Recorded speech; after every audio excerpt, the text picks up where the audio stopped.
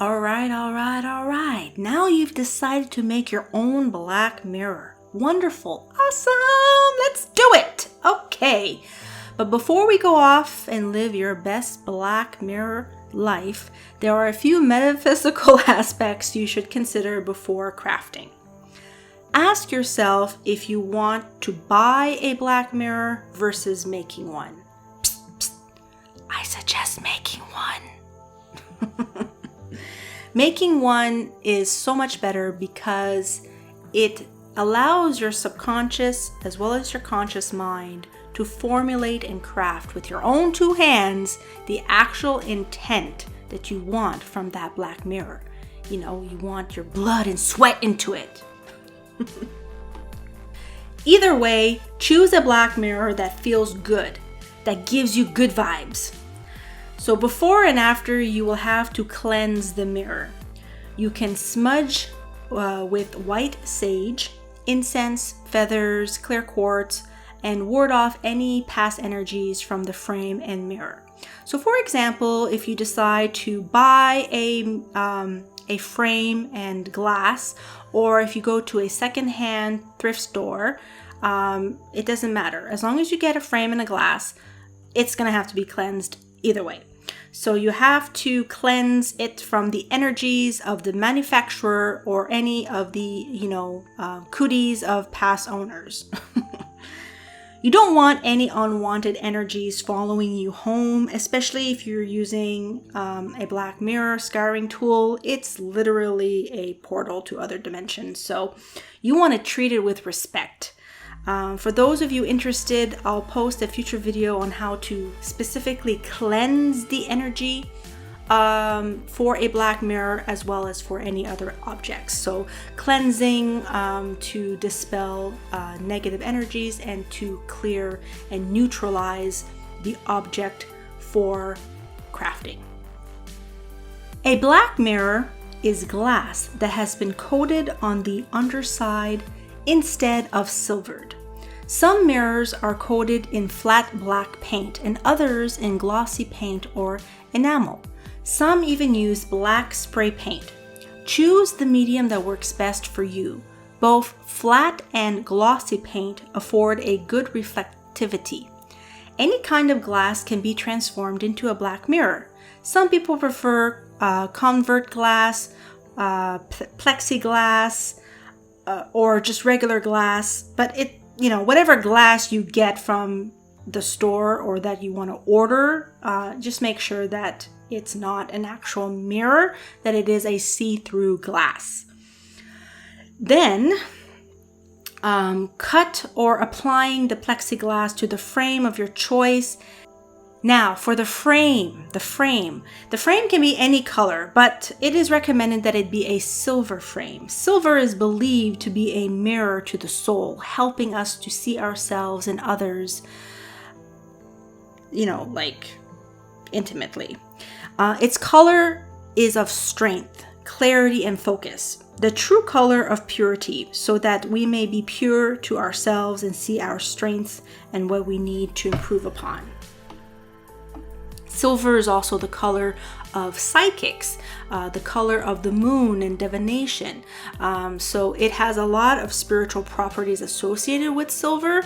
A lot of people say that it's a good activation for visions because it kind of like mirrors like the color of water, the transparency. So I chose silver, and I highly recommend that you choose silver. But if you're like, oh no, I like this other color, obviously whatever resonates with you is absolutely fine.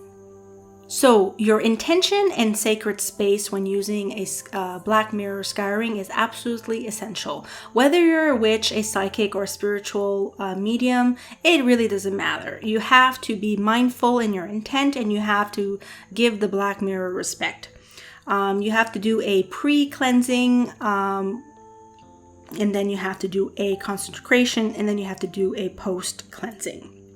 So in this video, I did a eagle feather cleansing. I did multiple cleansing with my black mirror because I did buy it at a thrift store. But I wanted to share with you this little mantra that can help when you cleanse an object. So you can use your hands, an eco feather, incense, or smudging, whatever you would prefer. And then this is one suggestion on how you can say your intention while you're cleansing.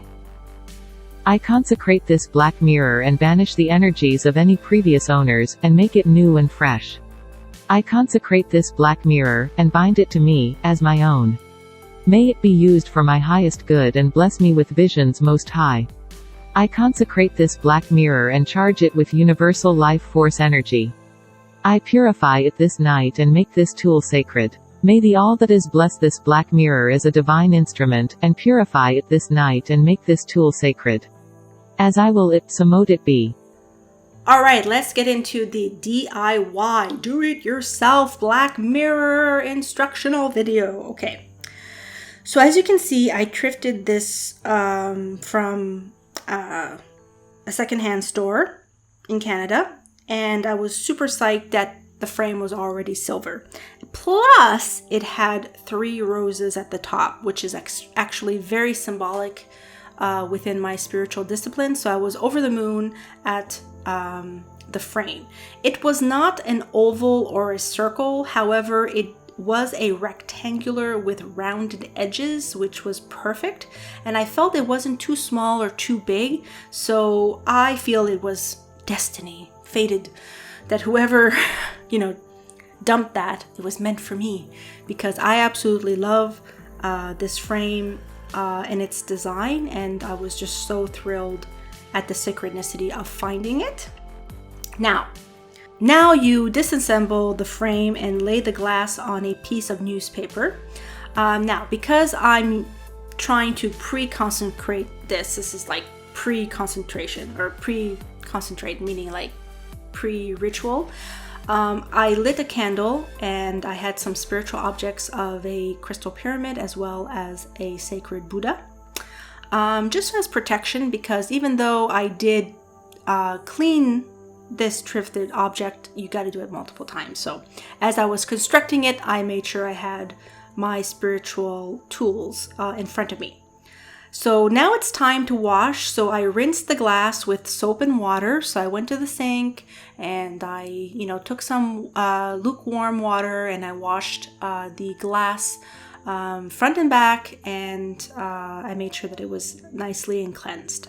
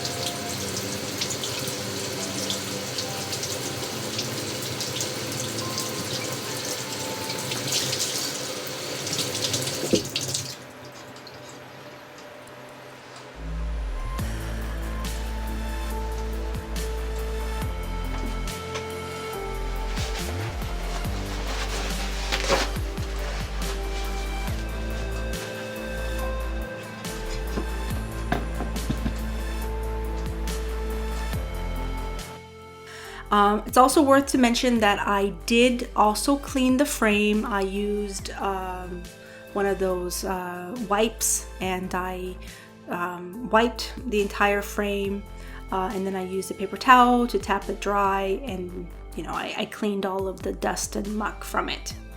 So then I used some painter's tape on the newspaper just to make a frame within the frame as I was painting, just so I could see it better. So this one came with real glass. It was not a plexiglass, it was an old-fashioned glass. So that's what it was.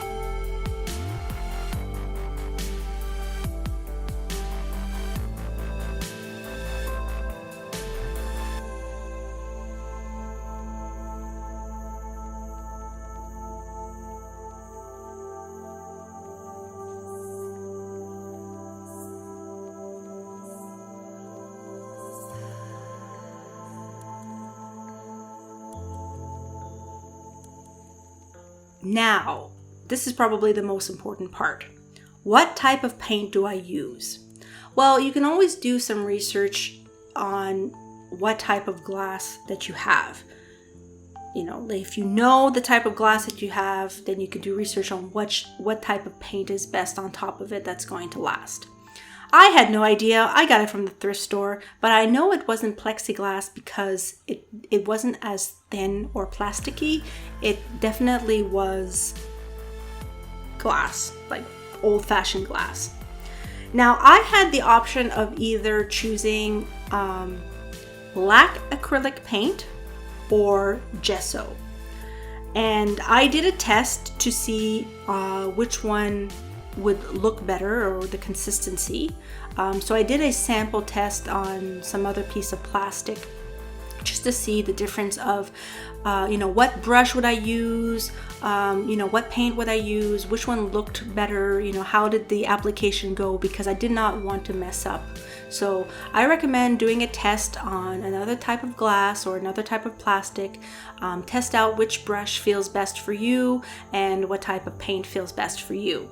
You can choose black acrylic paint, you can choose black spray paint, or you can choose black gesso.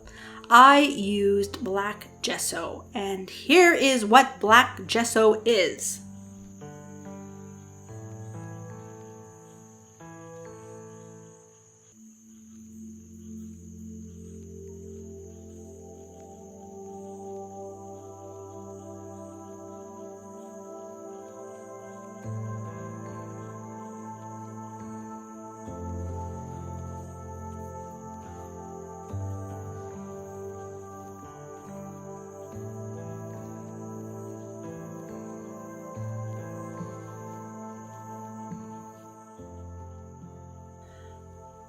I will admit that a lot of people who do black mirrors online on videos say that black spray paint is the best, but I find it incredibly smelly and messy, and I can't go outside, and yeah, that just did not work for me.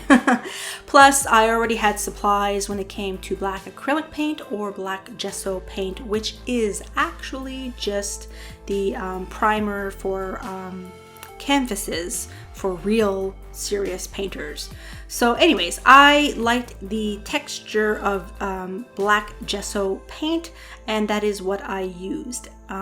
So when it came to the brushes, I'm glad that I had a foam brush. I didn't like how the bristles were on the medium or large paint brushes that I had, so I used a small foam paintbrush, sponge foam brush, with a wood handle as my paintbrush. I felt it coated the glass better than a regular paintbrush, and I just liked how it flowed. Please use whatever method feels best for you. Paint the back side of the glass with the black paint and let it dry. Let the paint dry and then apply a few more layers. I recommend 2 to 3 coats. I did 4 coats. So basically, you know, I'm just painting away just one side of the glass with my sponge, not SpongeBob SquarePants. I thought that, with my sponge foam brush. And I did 4 coats. And one way you can tell if it's dry, wait at least 20 to 30 minutes. I know people like 15 minutes, but no, wait 20 to 30 minutes, and then lift up the glass gently to the light. And if you can see through it any specks or any holes or any see-through areas, then you just put the glass back down and continue adding more coats. It is so important to make sure that everything is dry. I personally recommend, when you know that you can't see through it, leave it there for a couple of hours. Yes, a couple of hours. I would definitely give it a couple hours, even though it takes maybe 40 minutes max to dry. You want to make sure it's really dry, so give it some time. Again, I used disinfecting wipes to clean the frame. I also painted the inside of the frame black, just to keep the consistency of color, even though it would not show because the glass is already painted black. I painted the inside frame black because it was my personal preference of just keeping everything in a dark void color.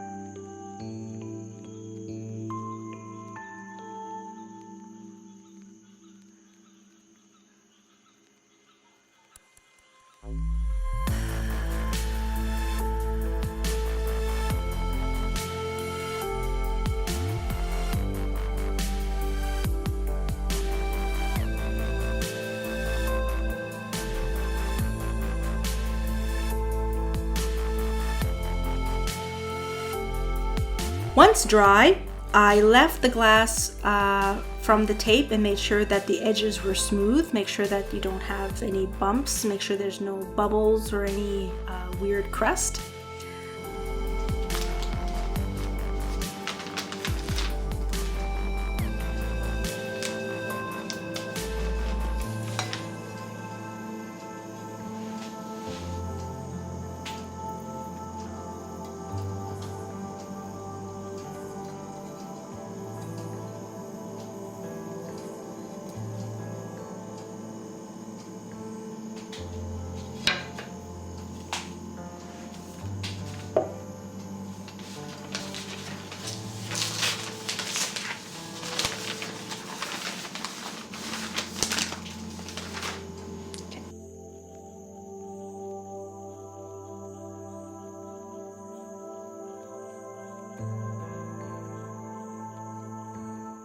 Place the painted glass into the picture frame. Make sure that it's the unpainted glass that's unpainted glass side that's facing outwards. So the side that you did not paint is what is going to be on the outside of the frame, and what you painted is what's on the inside of the frame. So you clean the outer part of the glass with Windex, with paper towel. Be careful to keep the mirror smudge free, because any prints or smudges on the mirror could pose a problem for any kind of scouring practice. You can also do another type of intention or cleansing at this point. But what's really important is the cover. You want to pick a cover that is going to be designated to your black mirror. You can choose any color. I chose orange. It's just a towel that I'm going to be using for it. And make sure that it's always with the black mirror, because it needs a home. It needs to have a closed door to the portal. And you want to make sure that you choose something that's always going to be with the black mirror. Now, here are just a few tips and tricks when you're, doing your black mirror. It's best to scry at night. If you can be within the moonlight on a full moon or a new moon, that would be best. There should only be one source of light coming from the room, either from the moon, from a dim light, or from a candle. This is a best scrying practice to induce visions. Be mindful that scrying can take a long time, so you will want to be comfortable and you want to be patient and kind with yourself. Once your mirror is positioned correctly, you close your eyes and you focus on clearing all thoughts of your mind. Then you set out your intention and you kind of like just open your eyes slightly and you stare into the black mirror. Be patient with yourself. Don't judge what you are seeing or what you're feeling. Let it flow. If you feel scared or uncomfortable, say a protection spell or prayer, or close your eyes, or you can just put the cover back on the black mirror if there's anything disturbing you. If it gets too intense, maybe you have to reevaluate if you're ready for this type of visionary scrying work. Again, take baby steps. Maybe start your practice just 15 minutes and then work your way up. Let go of all expectations and see the black mirror with the eyes of a child filled with playfulness and curiosity, because you want to be in a positive, neutral state, and you don't want to have any type of intense negative energies, so you don't attract that. But even if you attract that, you have to be strong in will and spirit to counteract that.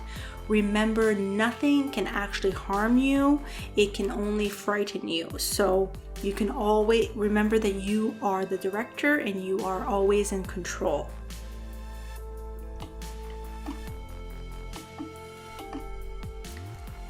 Like I mentioned, once you have the cloth that's designated to the black mirror, make sure that you choose a dry and safe and dark place for your black mirror to live. Make sure that you do a closing ritual and to dispel all entities and or energies when you're closing the black mirror. Close the portal, put the blanket on top of it, and then find a place for it, either in a drawer or a closet or a box where only you are going to be touching it. You want to make sure that no one else touches the mirror, uses the mirror, interferes with the mirror from your outside world, because you want to make sure that you bond and you have a connection with that mirror. So you are responsible for this divination tool, so make sure that you find a proper home for it. Make sure that it's a sacred space. Like I mentioned, black mirrors are portals. They are doorways, and if you misuse them, you may have unwanted visitors. So make sure that you are mindful and respectful, and that you practice spiritual hygiene with positive intents. And most definitely you will have positive results, and it will expand your visions, your fortune telling, and your divination on your path of your unique spiritual journey. So with that said, I want to wish you all happy Black Mirror scrying, everyone. This is my beautiful silvered frame 3-rosed black mirror that I created from scratch, and I'm very pleased with it, and I will definitely be sharing my experiences in the future of divination, scrying with black mirrors, as well as with black obsidian disc. So please let me know your thoughts. Leave a comment below. Let me know what you think of black mirrors. Did you find this video helpful? And what is your personal experience with creating black mirrors? I would really love to know. Thank you so much for joining me today. I wish you all a most beautiful, magical night. Sweetest sweet dreams. Until next time, planet people.